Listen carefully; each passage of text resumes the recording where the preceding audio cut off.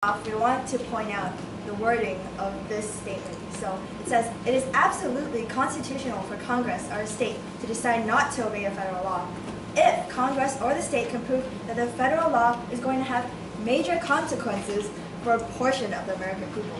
So we're going to focus on a few of these words. So we're going to focus on major consequences, a portion, and American people.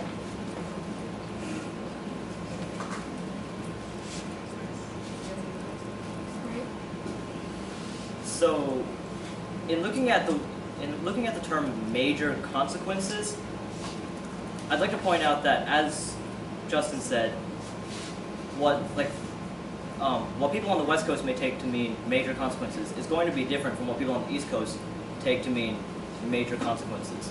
So, if what you're saying is that if this state thinks, okay, that's going to cause some major consequences, then the thing is, that may not be true for other states. So major consequences here is a little bit vague, and it leaves it open to maybe one of these rich people, one of these rich CEOs thinks, oh, I'm going to lose 2% profit. That's a huge deal. But then maybe to other people, say if they're less fortunate, maybe they're struggling to pay the rent. A major consequence would be it wouldn't make much difference to them if, say, income taxes were raised by 10% because they don't really pay any.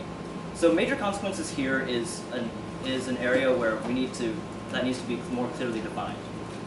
And the next part where it says it is constitutional to decide not to obey a federal law if it affects a portion of the American people. A portion could be a majority, it could be a minority.